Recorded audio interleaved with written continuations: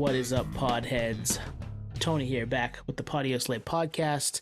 I am joined, as always, most of the time, some of the time, always, by Anthony. I'm not going to ask you how you're doing, because I know you're doing great, because we just had another phenomenal conversation tonight. How many episodes have I missed? One or two, not many. I think one or two. Yeah. And you haven't missed any. No, I've been on all of them so far. Even Yeah. Yeah, I record it, so I think I have to be. You have to. Yeah, if you're not here, then it's not happening. Right, we're not sure, right? So we're coming at you late night. Like East Coast time, what is it, 11 o'clock? This is an old school special, like back when we used to record really late because Nate would get out of work and it was West Coast time. We had a guest from the West Coast, Tyler from Youth Fountain. So yeah, we needed to go a little late tonight, and you know we're down to find the nerdery at any time of day, so this doesn't matter. We're down for all of it, but a little punchy at almost 11 o'clock East Coast. But we'd be up anyway. Like I don't care how tired I am. There's like something in my brain that's like, dude, you cannot go to bed before 11. Like I feel like I'm gonna miss out. I'm the same way. Yeah, miss out, and at the same time, what? The reality is like, what am I gonna miss out? True, nothing. But at the same time, that's also your time where you get away from maybe work or whatever else is going on in life, that it's quiet now. I'm going to go and edit an episode of the Podio Slate podcast for the masses to check out that's coming next week. Like, this is full on time travel. An episode that hasn't happened or happened already isn't finished. I haven't finished editing it, guys. Like, I don't know if I'll be able to do it, but it's going to happen. You'll have already heard it. It's back in the catalog. Hey, and you know what? If you are here from that episode or any of the previous episodes, there's almost 200 of them. We appreciate it. As we say, you could be anywhere in the world. You could do anything right now. You could watch your favorite movie, listen to the radio, listen to your favorite album. Instead, you're here. And to me, that's amazing, because everyone's getting so much thrown at them. The fact that you landed here, probably because of Tyler, not because of us, but hey, however you got here, thank you. Yeah, and I mean, if you like Tyler and you like music in any form or fashion, there's definitely an episode back there for you that isn't just this one. So take a look through, download 10 of them, tell a friend, help us out. Go to the socials at Podio Slave on pretty much everything, and yeah, we really appreciate it. Leave a review. No one's left a review in a while. Like, it's time. Leave a review. Yeah, subscribe. What do they say? Rate, all the YouTubers rate, subscribe. Like, share, rate, subscribe. Smash that like button. Smash it. What is up, YouTube? We say that too. Yeah, we do. Yeah, but help us out. Help us, little indie podcast that could, out, because it's not easy being nobodies and trying to get all these awesome people on, like Tyler from Youth Fountain, which we had tonight. And man, Anthony, back before the podcast started, we had a group text going, and we would send each other music recommendations and talk about shows and make plans to see music and do all that stuff. And this was a band, Youth Fountain was a band that we passed back and forth in 2019 when we first heard Letters to Our Former Selves. So to have Tyler on today, full circle moment. And I was actually, fast forward to a few minutes from now, you bring that up with Tyler about how you got into him and them in that era. How do you think that was? Like, was it, because that was 2019 or 18, it was 2019. That was pre like Spotify dialing in their algorithm, I feel like. So it probably wasn't that. Was it? I was on Apple Music back then too. Oh, there you go. So it wasn't that. Was it Chorus FM? Were they an opener you saw? No, I never saw him because he's never been to Maine. But I mean, I guess I could have seen him in Boston. But yeah, never been to Maine. So no, I can't remember what. It might have been Chorus. Shout out Jason, who's episode 23? He's back there. He's way back there. But Jason from Chorus and Absolute Punk back in the day, probably a recommendation from that world, or I saw it somewhere in that world and checked out the record and loved the band. And man, we got to talk to Tyler about their new record coming out in around now, 11/3/2023, called Together in Lonesome. So really, really cool stuff. And he was great. He was down to chat. There's an hour of content ahead of you. And I don't know. We're not going to give any previews. I think we're just going to roll right into this. Yeah, let's go. Tyler from Youth Fountain in your ear holes right now. Tyler from Youth Fountain, how you doing, man? Doing really good, just chilling. Got the Nine Inch Nails poster behind me. Represent. Feeling good. I'm excited to do this podcast, guys. It's love it. been a minute since I've done one, so I'm stoked to be on here. Yeah, and we really appreciate anybody that gives us their time. So we thank you for coming and chatting with us tonight. Absolutely. We've been listening since the debut record back in 2019. I can't remember how we found it, but I remember listening, hearing a song and being all stoked, and then having a flight. And I think I listened to it the whole way to Florida from Maine and the whole way back, just being super stoked back early 19, right? It came out in March of 19. Yep. March 2019. That record still slaps. Listened to it yesterday. Oh, yeah. That was a very, I don't know, for us at that time too. I mean, that was a crazy debut. Like, there were bangers on that, like there were absolute bangers. I recorded the whole thing. I just did it myself in my bedroom. It's amazing. That's so cool. So it has a very, personal, I have a very personal connection with that record, like it was capturing, it was like lightning in a bottle with that record. It was a good debut, as solid as it gets, for like a emo pop punk band. So I couldn't be more stoked. It left an impact on a lot of people for sure.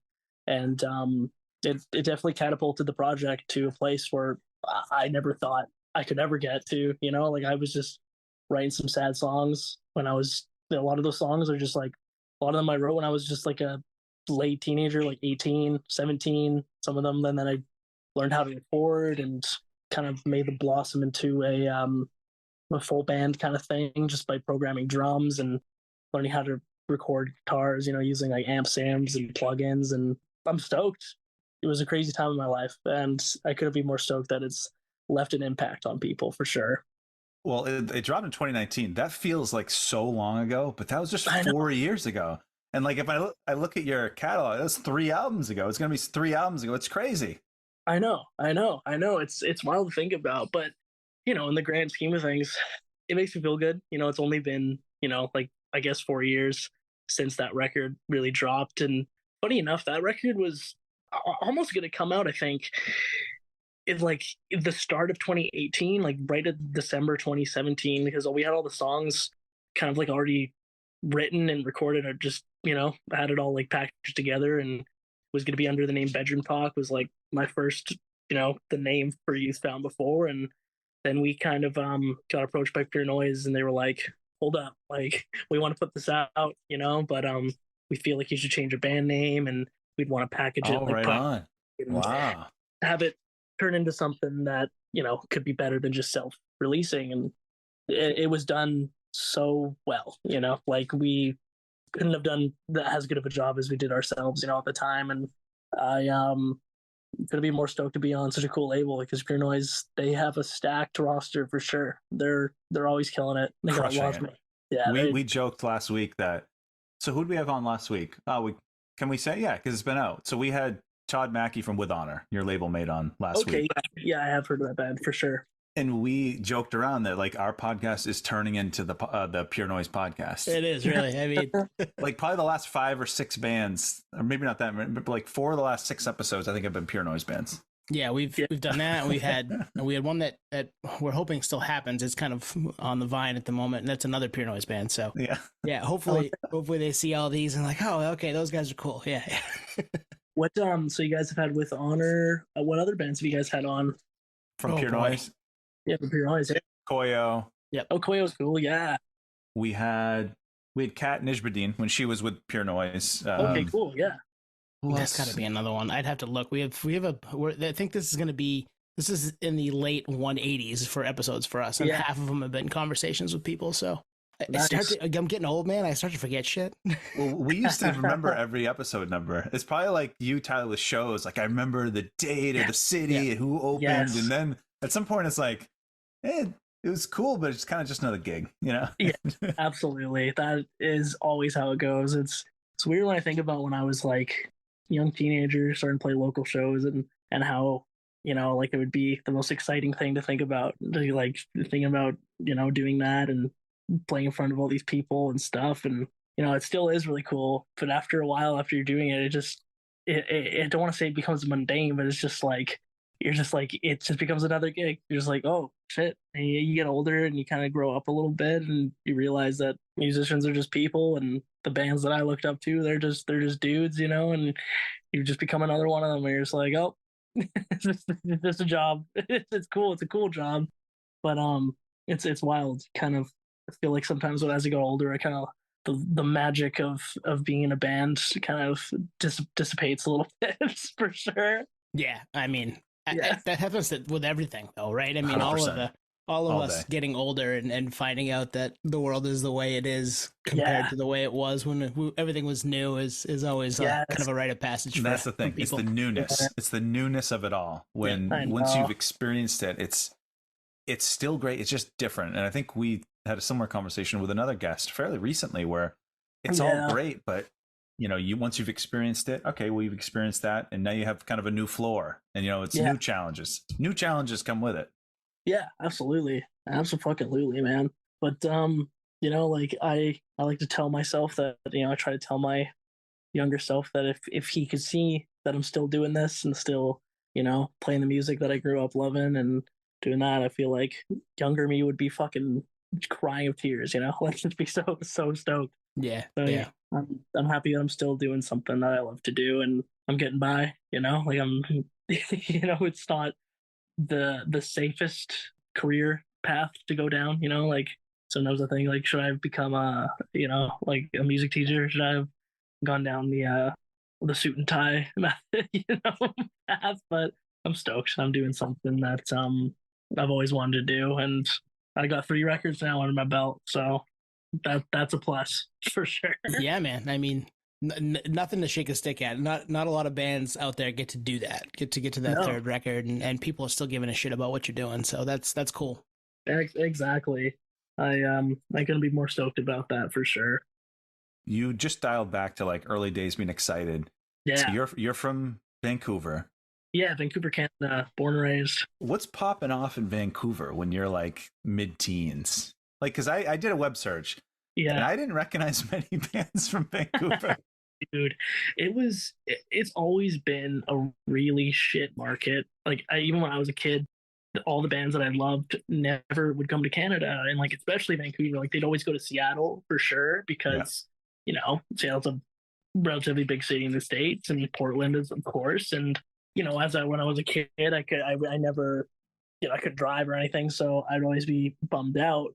When I was a kid, that's just a teenager, the bands that were kind of popping off around that time in the local scene were like Living with Lions was a big one. They're like a pop punk band that was on Beer Noise briefly. They've always been kind of like relatively underground. They've toured with lots of big bands. I'm pretty sure they toured with A Day to Remember at one point, I think. Don't quote me on that. I know they've toured with like, when the Swellers were a band. They've toured with the Comeback Kid because a lot of the members are in Comeback Kid now. They were like a band from Vancouver that were like, I looked up to for sure. And another band called Daggermouth were another. Oh, yeah. I remember them. I do remember them. They were like that, easy core kind of thing, but mixture of hardcore. And they were a Vancouver. Was that the Turf Wars album? Yes. Yes, with the brass knuckles. Yes, that was Daggermouth. I love that album. That's great. Daggermouth is definitely like a legendary staple pop punk band, and people forget they're from Vancouver, Canada, which is funny. And then there's been bands like, there's the bigger bands coming out of like Vancouver, at least like around where I live, is like Nickelback. Nickelback, wow. Yeah, some of those bands putting Vancouver on the map. Absolutely. They were Chad Kroeger, pretty sure it was like somewhere around Vancouver. There's been big artists like fucking Carly Rae Jepsen, that's like a big one. Yeah. But in terms of like pop punk, it's always been so niche. Like, I was the only emo kid in my high school, I was the only kid, and enjoying this kind of style of music. It was weird, but I'm trying to think of even more bands that I probably grew up liking around that time from Vancouver. There was a band called Stutterfly, which was kind of like another underground emo-ish band. There was a band called Secret and Whisper. They were kind of like doing like a Seo Cine kind of thing. It still is very underground. Like, it's hard to be put on the map when you're from that city. I swear to God, like it's strange. It's not a place for a lot of pop punk music, and I feel like it never has been. So it's been smart for the project to always be on the road, at least try to be, to tour mostly in the States and do that because that's just like where the market is. And as I got older too and realized how hard it is to tour Canada, it made me realize being like an artist being like, wow, so this is why bands don't come I'm to not Vancouver. going there. If for one, the market just kind of sucks. You play shows there, it's never great because it's like, damn, you could play a show in Vancouver and do okay, but you might as well just go to fucking Seattle, and it's going to be a better outcome. And also, fucking, if you're touring Canada, going across the Rocky Mountains is just like good fucking luck. You're driving, like 13, 14 hours to get to a main city, and you're touring the States, you can drive 6 hours and you're in another big city, and it just makes more sense. And I just remember funny just being a kid and being like, what the fuck? No bands come to Canada, and always getting angry at all these artists. And now I'm like, I barely play where I fucking live. You're part of the problem now. You're part of the problem. I haven't played Vancouver since fucking 2021, man. But who knows? Hopefully in the new year I might not stop neglecting my hometown and stop neglecting Canada. That's awesome. Yeah. Well, we can relate. I mean, we're from Maine, and people call Maine Canada sometimes too. So yeah, I've heard. We're in southern Maine, so Portland's a good sized city, and we do get shows, but yeah, it's tough. Yeah, Portland, Maine. Yeah, I always forget that you guys. I'm actually with my partner right now, and they're from like Eugene, Oregon. So I've been staying in Oregon right now, and it's a cool state for sure. I do. The other Portland. Other Portland. Yeah. We got beef with the other Portland. We always have. Well, what it is all the tour posters say Portland and they don't say the state. So we're and they're never us. And they're never us. We're like, oh my God, Wonder Years is coming or whatever. And it's like, oh, well, I mean, they have come to Maine, but it took years. Yeah. Damn, I mean, yeah, because I've never even entered that state. I've always kind of just wanted to, for the sake of being like, I've even just been there. I haven't been to like Vermont or Maine. I haven't been obviously to Alaska. Funny enough, I'm in British Columbia, and if I just keep going, could do it. But I'm in there. I mean, you probably need to be touring to do it, but Portland, you'd enjoy the Northeast. You'd enjoy Vermont. Vermont's gorgeous. Similar mountains, but not nearly as tall.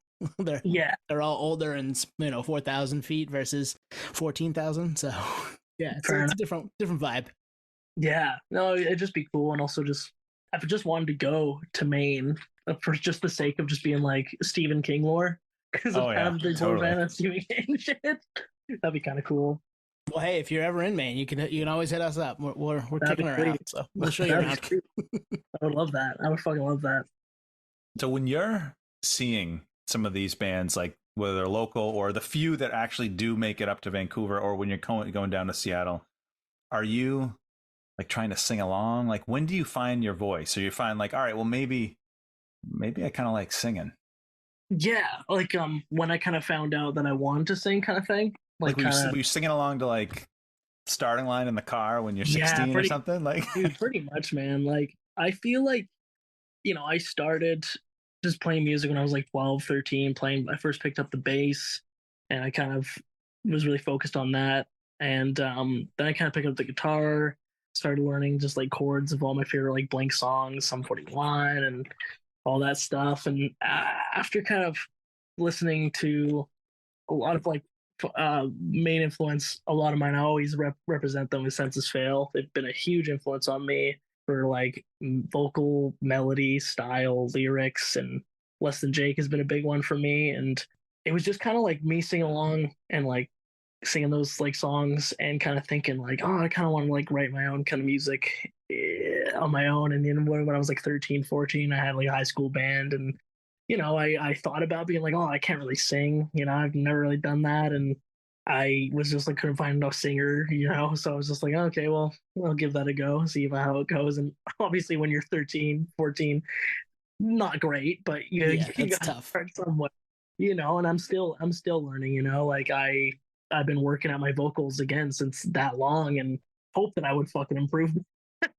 So, I vividly remember practicing vocals in my parents' basement, recording Simple Plan's covers and recording Blink-182 covers and Secondhand Serenade, and just being horrible. And I remember like hearing my uncle at the time being like, dog, you sound out of key, man. You got to fix that shit. Like, and it's just the way it goes. And you learn from people. Even I remember being a kid uploading like vocal covers and songs and me doing, and people would be like, "This is shit." But you know what? Sometimes you need that tough love when you realize you're not that good, and you try to improve, and you keep at it, And man, I've just been at it for a while now, and working on writing and working on my craft, and here I am today. Still yeah. going. Yeah.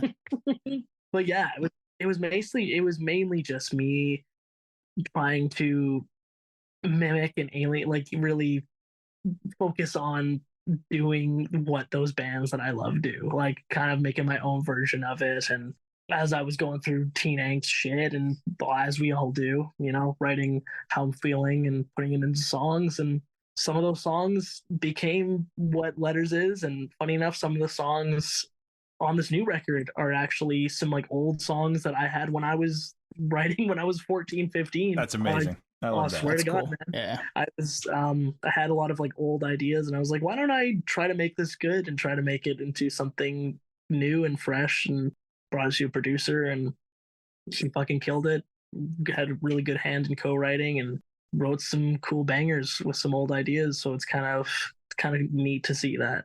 And it goes back to me saying, like, I think if myself when I was that young could see how I'm doing now with with the music that I grew up loving, he'd be so proud. And that's really cool to think about for sure.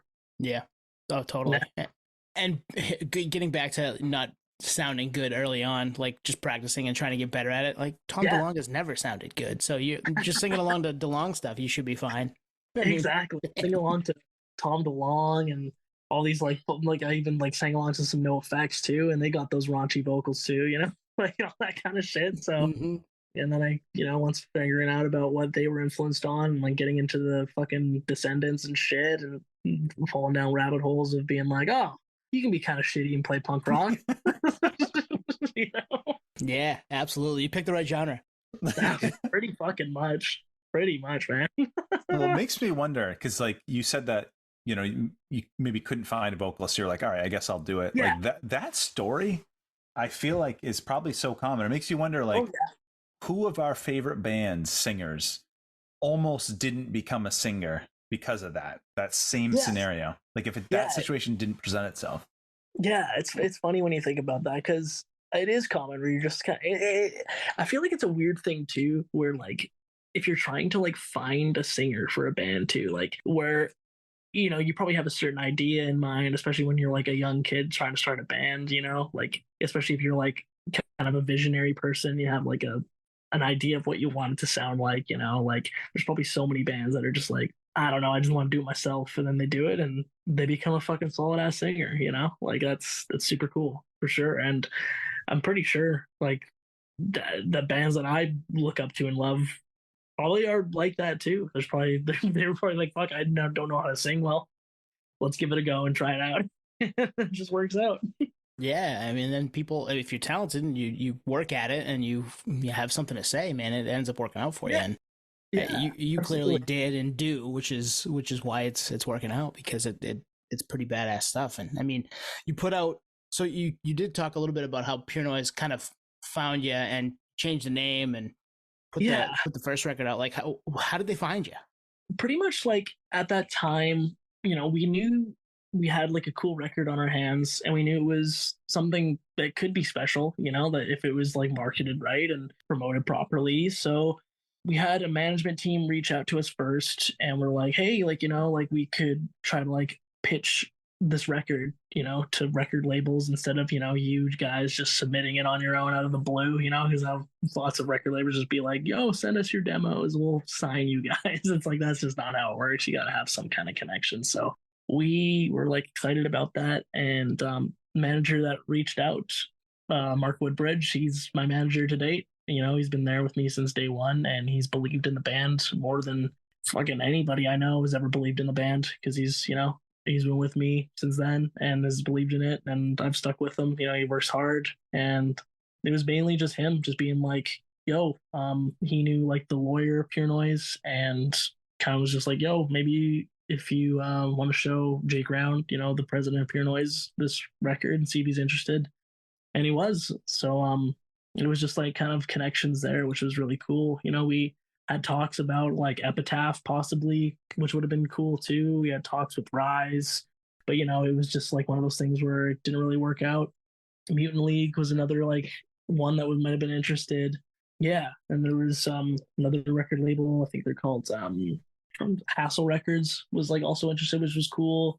And it was just cool to see like just having this record and hearing interest from fucking labels. They leave just biting, being like, "Oh, this is really cool." Like that's when I knew that like, wow, like this is the first time I've ever done anything musical where I feel like some sort of success. Like I started jamming in my parents' basement when I was like 13, never knowing how the hell to get out there and do anything, and just took a matter of playing local shows and getting to know people and seeing how things are done, getting older and trying trial and error kind of thing. And it was just at a good time. I think I was like 28 now, and I think that all happened when I was like 23, 22, 23, wow, somewhere around there. And yeah, it's just been kind of a snowball effect ever since. It's keep on going kind of thing. So when you like you submitted that to Pure Noise and they heard it for the first time, is that what came out as letters, or was it did it change up at all? Or it was just like the only thing changed was like we had an original album art for it that got changed. We had obviously the band name that was all changed, but it was all the same masters of what like I put together. That's how you know it's good. They didn't want to fuck with it. That's amazing. Which was cool. They were just like, "Oh, it sounds good as is," and they put it out, and it was really cool for me to think that like I said, just something I fucking made on Logic Pro on my fucking laptop. Like I just did that and was able to put out a cool pop punk record. So that was pretty baller. that was a really, really cool opportunity. Hell yeah, sure. Dude. Yeah, I would agree. Very baller. And having spent 4 years with it now, plus, right, almost to be 5 in the spring, right? Wow, that's crazy. It still hits, man. I still love it. I still come back to that one a ton. Yeah, dude. It's it was a very special debut for sure. And it's weird to think it'll be 5 next year.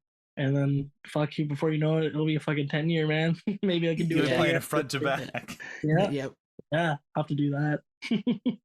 In that era, when you're supporting this, like leading up to it and then the album comes out, are you always doing full band, or were there some stripped down stuff too? No, because like I wrote it all like with the intention of full band because I played bass growing up. I switched to guitar, and then I played drums in another band, and I kind of just knew how those instruments work. And then I just kind of learned how to. Originally, for that record, I like had like a little shitty electric kit. I just kind of like, because it wasn't really proficient in programming drums yet, so I just was like playing on electric kit and then quantizing everything and putting it all to grid and making it all good. And like I knew it was going to be like a full sound thing. But with that being said, I had another member, Cody. He's singing Real Friends now. So we had that whole dual vocal thing going on. And it was just kind of like us doing that at that time. And we knew that, like, obviously to play shows, you have to get a full band. But we just promoted it as like a 2-piece, like fucking 21 Pilot style shit, which is, that shit works, you don't totally. You can be a solo artist, you can have 2 people, you can do whatever you want as long as you're putting out some cool music, like it doesn't need to be promoted as always a full band. So we just kind of did it like that. And when like we knew we had to start playing shows, we just were like, oh, we know people that can play bass, we know people that can play drums, play these parts and pay them. So we just hire a band to do it. And there was never really a question of like, let's make these stripped down, let's do that, because the songs sound cool, full band, and just thought it ripped like that kind of thing. No, if it ain't broke, don't fix it kind of thing. We'll figure out the details later kind of vibe. Right. Yep. So you mentioned learning stuff and kind of being on the out playing it and pulling in different musicians to play with you. is there anybody or band that you were playing with or you saw at that time that was kind of like, oh, that's how you're supposed to do it? I'm gonna take from this. I'm gonna learn from this moment. Because they're pros. They figured it out. Yeah, I mean, in terms of just like watching other artists play and kind of being like, oh, I want to kind of mimic that style. I kind of want to kind of pull that kind of vibe off, kind of thing. Is that what you mean? Yeah, even like stage banter, even like Yeah, stage press, anything like that. Absolutely, man. I remember just like seeing there's like local bands like Living with Lions, like I mentioned earlier. They were like I wanted to kind of mimic that kind of shit. I wanted to mimic, Story So Far, Census Fail, Wonder Years, God, Man Overboard. Fuck, I can keep naming off bands. I just remember like seeing even like Sum 41 playing live was cool, and just kind of having that similar grit, that similar edge of that pop punk style, and doing what they do, and having that steez kind of thing. That's what I've always wanted to do, and I like to think we're able to pull it off. We able to pull off that similar. We fit in that bracket of pop punk, that subgenre. Yeah, agreed. I agree with that. Totally. And I think the decision to go full band name, Youth Fountain, versus your name, Tyler. Yeah. I think that had to happen. I mean, because I'm just trying to think, like, if I think it's Nick from like the Spill Canvas, if he just went by Nick, it would have been way different, like solo singer songwriter type. It just there's an aesthetic that comes with a band name. You know what I mean? Yeah, absolutely. I mean, like, I don't know. I like what Nothing Nowhere does. He's like a solo artist, and he does more like emo rap kind of thing, but he still brings on a band. It's like he's the face of the project, but he's a solo artist. I can think of a few more ones that are just kind of like solo off the top of my head, but I know it exists. I know it is a thing, and I'm definitely one of those right now. Yeah, it's working. It's working. Well, yeah, and then you go back to that after Letters. So you go back to kind of being the sole creative. In late 2020, you do the sole creative thing again. Do you prefer that? And not to knock Cody or anything like that. Just more of a like, how does it work for you? It's never really changed, because a lot of those songs on Letters were songs that I wrote when I was younger, and like I would wrote the bass, guitar, drum patterns, lyrics, vocal melodies. And having Cody, we wrote like Rose Colored Glass lyrics together. We wrote like Worried together, and those are all cool songs and stuff, but like it wasn't anything that like I didn't know how to not do. Like I like to consider myself, I can write a song, I can put stuff together. And it's like, when you had the opportunity to sing in another band, it was just one of those things where I can just keep on doing this as myself, and it all works out, kind of thing. It's cool though, because I started writing songs as a kid and as a solo project as Bedroom Talk, and I was just able to just pick her back up and keep going and keep writing songs the way I always wrote songs, when I'm feeling depressed, feeling like life's falling apart. And it's always been like a creative outlet for me to do, and nothing really stops me from doing that, for sure. I was just thinking, like, there's bands out there that would kill for your setup. You know what I mean? Like absolutely. Whether they're a control freak, like Tony, you and I, we're control freaks, and like sometimes it might be easier to do it yourself, but for us, it's way easier to do it together. Like we're definitely on the same page. But in other situations, you might want to do it yourself. I know there's bands out there that would kill for the Tyler Youth Fountain setup. Sure. Yeah, dude. I mean, like, I think it's just been a lot of hard work, for sure, a lot of brain power, and a lot of just like doing it because I love to do it, and being a songwriter because I like to write songs, and I got stuff that I want to get off my chest, kind of thing, and put them into songs that I think are cool. But there's also beauty in having a full band too, because like there's even with this next record, there was a lot of things where I brought all these demos and like songs that I think are cool, and having Anton, who is a professional producer and a songwriter, it's cool having like another second party there to like really analyze songs and be like, oh, like what if we did this, and what if we did this, and you can do things all yourself, and you can do things DIY, But after a while, it comes to a point where you can run out of ideas, things can grow stale. There's only so much one person can just do 100% alone, and which I've done some 100%. things 100% alone, but sometimes you just need, it's nothing hurts with having some help, whether even if you're a control freak, even if egos get in the way of things, it's just life. And there's nothing wrong with people being involved and helping out, because it's just like life. You can't, sometimes you can't put the whole weight of the world on your fucking shoulders all the time. Yeah. Let everything do it yourself, because it's unrealistic at times. But it's cool though, being able to at least market and do things as a solo project, and have it the way it is. I think, further down the road with another record, writing and everything, I always do things, do it yourself and be writing on my own. But having an opportunity like what I experienced with this third record, of having like a producer and someone who can help co-write, it definitely opened a lot of ideas in my mind, and being like, that's a cool thing to do. And I think it can help me become a better musician, can help me become a better singer, it can help me become a better writer. And that's fucking sick. Yeah. When you get stuck, do you have a musician friend or a couple of people that you call on? Yeah, absolutely, man. Who I've had play bass, Tim Creviston. He's worked with bands like Comeback Kid and Spirit Box. He played bass on the Belmont tour we did, and 40 Strong last year. He helped produce the songs Birthright and Speaking in Tongues, and he helped, he was the engineer for Keepsakes and Reminders. He's a really talented guy, and if I'm feeling like, man, I don't know, does you think this song needs a bridge? How are you feeling about that? And it's he's like, yeah, kind of listen to it and be like, oh, what if you just kind of threw in a guitar ring out and kind of let things die down? Even just having that, it makes you spark an idea where you're like, oh fuck, yeah, that's sick. I'm gonna try to do that. And then I go on my laptop and try to work something out here, and I do that. I also have a few other bandmates who have played drums on the record and has been touring with the project, like Brandon Evans.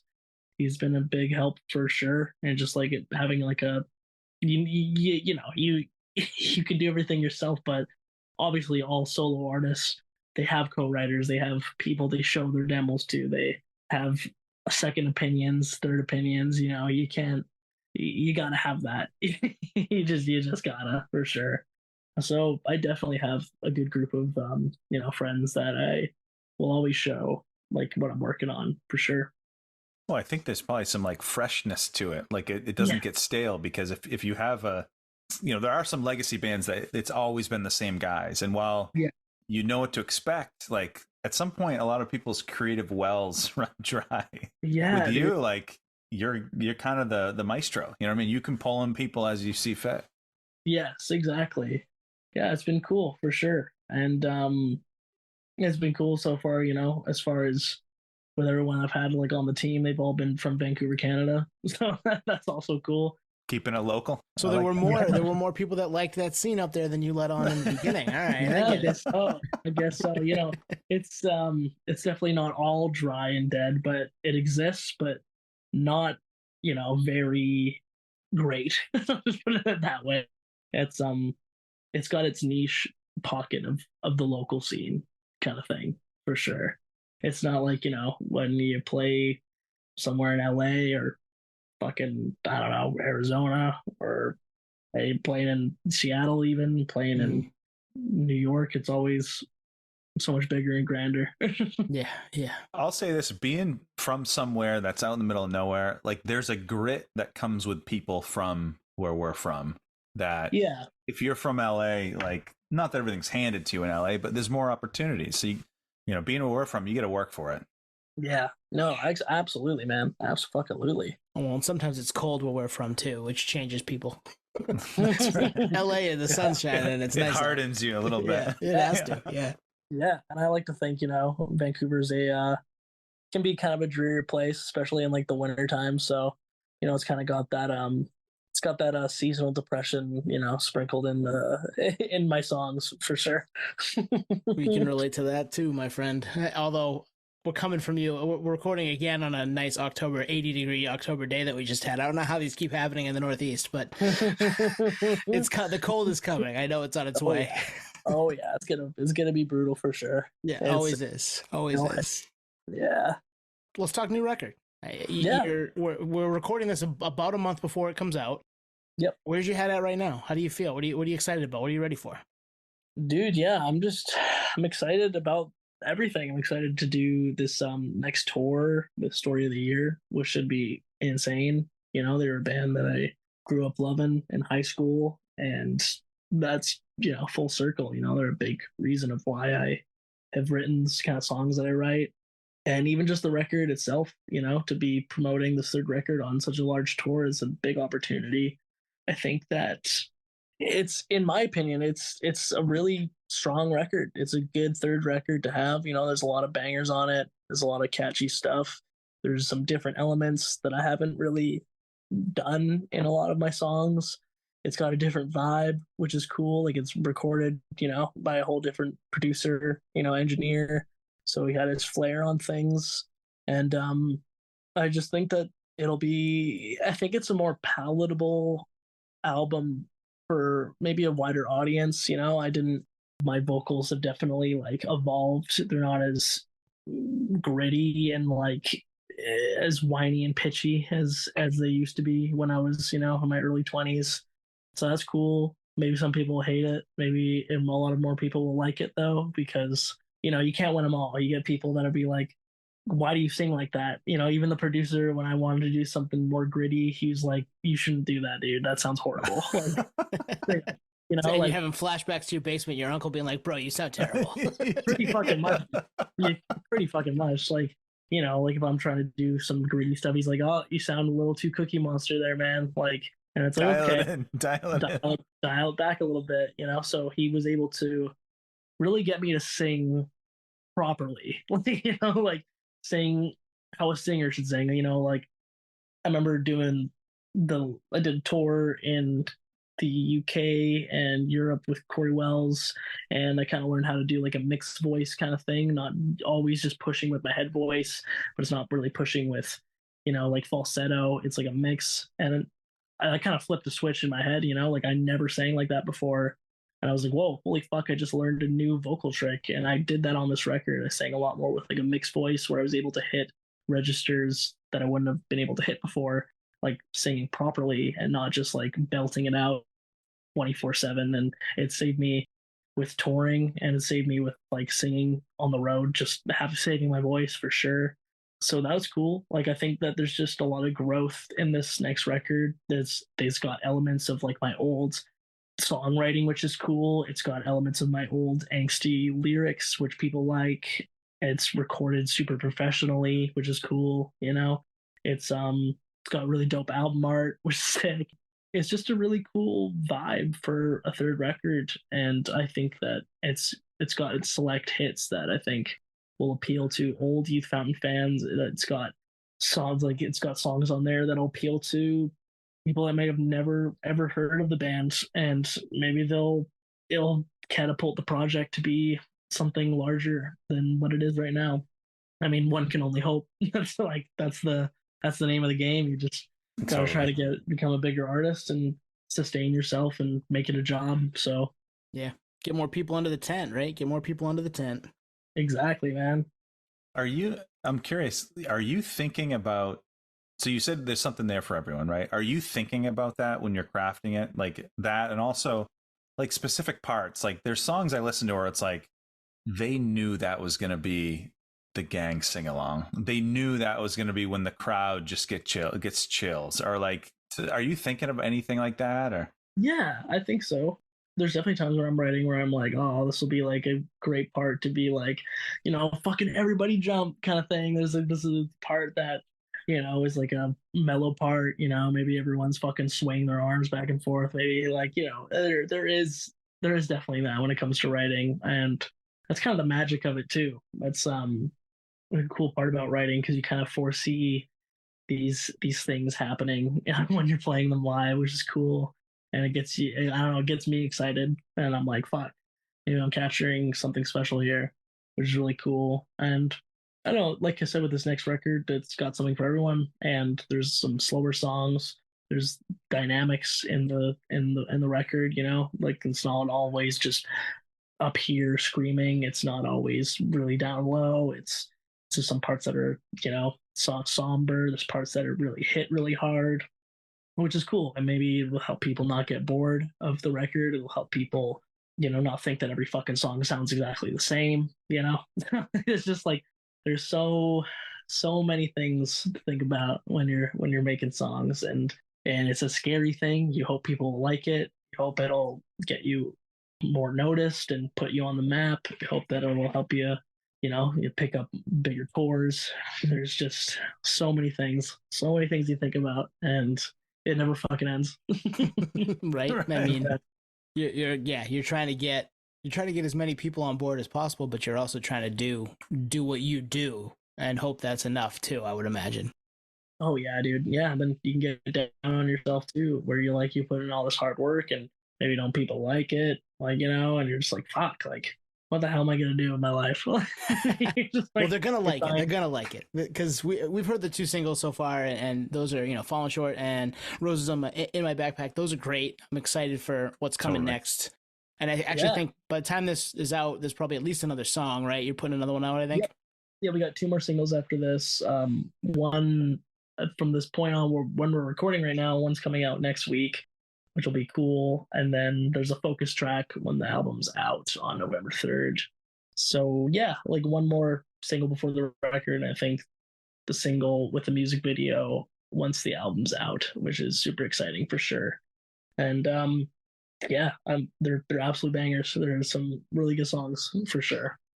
Tyler, where are you at with, like, we've had so many guests and artists on this podcast. Some prefer the creative in the booth, strumming the guitar, thinking of ideas. Others like the rollout. They like hitting the road, jamming, ripping the gig. Yeah. Where are you at? Damn, man. Honestly, I just like writing songs when I'm feeling inspired or if I'm feeling super sad. And that's where I am. Like, I just like writing songs, getting my electric guitar, plugging in my interface, coming up with cool riff ideas and like structuring, how the song could sound and imagining it in my head. And I love that process. I like just writing music because it's just a part of who I've been for so long, and it's just an expression of everything about me. That's my favorite part for sure. Writing and being in a studio and making the magic happen and making songs that I think are really cool. That's by far my favorite part. Touring is cool, playing shows is cool, but that is a lot of work and a lot of strain, and there's so much that goes on with shows. It's go go go. It's where you make money, is by selling merch and playing the gigs and doing that, and it's how you get bigger. But definitely I'm the kind of guy that likes to just write a cool song. That has always been who I've been for sure. Yeah, I love that answer because at the core of all of this that's where it started, right? You're in your bedroom all day long. You get the guitar going, get the bass going, or you're singing in the basement, or you're just trying to put something together that sounds cool, that you like because it's something from you, but also maybe other people might dig listening to. So exactly. I love that answer, man. Yeah, and it's just it always started out as just an emotional outlet for me when life just isn't going good, and that is something that'll always stay with me until I'm dead for sure. Like it's I think I'll always be wanting to write music because I have something to say and I want to put out something that's like special to me, and hopefully other people like it, and that's just how it's always going to be. I'm looking at the tour dates of this tour. So the tour was Story of the Year. When do you jump on? November 2nd or 1st? Yeah, I think the first date is in San Antonio, I think, was Story of the Year, or Arizona. I think it's Arizona. Oh, there it is, Mesa, Arizona. These are huge rooms. Yeah, massive room. Are you you nervous at all? No, and you know what? No, because we did the tour last year before a year, and we're gonna be touring with them again. And it'll kind of just feel like it picked off where we left because right on. It was around the same time too with 4 Years Strong. that'll be cool. It'll be with the Story of the Year too, which I haven't met them, and that'll be exciting. But those rooms were huge that we were playing with 4 Year Strong. Like, I think when we played in fucking Boston, it was like, God, I think we were playing in front of like at least like 5,000 or 6,000 people, like maybe 7,000. Man, it was a crazy show. That was the biggest show I've ever played, and even just doing that, playing in that huge stage, it was like the Roadrunner or something venue, and Oh yeah, yeah. fucking insane, dude. It was crazy to be playing a show that big, and even just doing that though, it's just like going to pilot mode when I play a show. I'm just on stage and I'm just doing my thing, and it's like it's not even real. And then by the end, that half an hour's over, and then I'm off stage. I'm like, okay, that's that kind of thing. It's I think there still is that nervousness before I play a show every time, where I'm like, holy fuck, I just want to get done with. I just want to get up there and just fucking play the show. Yeah. But as soon as you get up there, you're just having a good time, and everyone's there to have a good time. And no matter if I'm playing in front of fucking 5 people or like 100 people or whatever, and in this case it could be thousands, like it's all just playing music, and that's that. And I'm stoked on it for sure. Yeah. Thinking about being in any room like that, where whether it's small, big, you're going to see a show, I would feel like most people are there for the same reason. They're there because they love it. Whether they're up on the stage playing it for the people in the crowd, or the people in the crowd are really excited to get up there and see, one of their favorite bands, or check out a new band they've maybe never seen before. And it's all love in that moment for me anyway. That's how I feel about it. Yeah, absolutely. There's the beauty of going to shows. That's getting your name out there. People tend to always just go to the headliner. There's always the people that will just show up when it's like later in the night, which I've been one to be like that for sure. No, totally. Hand up. I'm one of them. I've been. Oh yeah. But sometimes you get lucky. Maybe some person was just like, fuck, I gotta be there early now. I gotta see this fucking opener band, and everyone else is like, oh shit, they're actually pretty good. Okay, we gotta check them out. All right, not bad. And that's the cool part about it. It's just getting that. It's about writing that one hit song, or writing songs that stick with people and being shown to the right audience, and again, just continuing to do it because you love to do it, and that's why I'm doing it. Is there ever any worry that like the folks that you tour with might not be available, like when you are ready to tour? Oh yeah, I mean, like even this tour, I had to get a couple new people. Except the drummer I'm getting for this tour, I've had him on tour back in 2018, so I was stoked he was able to do it. I have a new bass player, but it's all good, Like I pay them fairly, so it's a job for them, and they're proficient musicians and they know what they're doing. It's never really an issue because like, at least where the band is with the project, it's like established, and I'm able to afford to pay people to do it, and they're able to hop on, and they want to tour. They've toured before, and it's a cool gig if you get those chances to do it. And I have a good group of friends and people that are musicians that are always being like, oh, if you ever need any help, I'll fucking do it. And I'm lucky enough to be able to have that option. Totally. That's awesome because you've got a good stable, it sounds like, and you've got folks that are there to support the youth fountain movement, which is good. We like that. Yeah. For sure. Like I said, there's beauty in having a full band for sure, but like, God, so many cooks in the kitchen, so many things got to come into play, and so much, can be financial stress too. Like it's financial stress alone, but it's also financial stress where everyone's pitching in for doing things, and you have all these different parties. It's just it gets messy. No matter what you're doing for music, there's always gonna be messy situations. But that's just one that I'm not gonna touch. I'm good with doing things the way things are going. If it ain't broke, don't fix it. I like that. Yeah. It's working for you. For sure. Yeah, I mean, it's a long way from the bedroom. Now there's labels. Now there's Spotify metrics. There's exactly ABC tertiary markets you got to contend with. But the output is still stellar.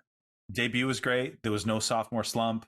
And this third album, we haven't heard about, like we said, what we've heard has been phenomenal. Yeah. I'm stoked for you guys to hear the rest. It's a cool record, but I'm very stoked for you guys to hear it. And stoked for everybody to hear it. It feels like a long time coming, but it really isn't, because around this time when I got back from tour, it was just me putting together demos. And then in the new year, springtime, I started recording it. And then here we are. It's like already coming out in fucking a month or so, and time's just flying. I'm excited. Yeah. Don't blink. It's always like, oh, we're here already. Yep, here it is. Yep, exactly, dude. So Together in Lonesome is the name of the record. I don't think we've said it yet, which is a mistake on our part. And it comes out on November 3rd, 2023. So if you're listening to this in 2025, this is the lead up to it right now. Yeah, this is it. This could be a nostalgic podcast that someone listens to. We're archiving. We're archiving things that people can listen to whenever they want. It's evergreen. Yeah, there you go. So it comes out November 3rd. My wife and I started dating November 3rd, 11 years ago. So on our dating anniversary, I'm going to go out and buy this album.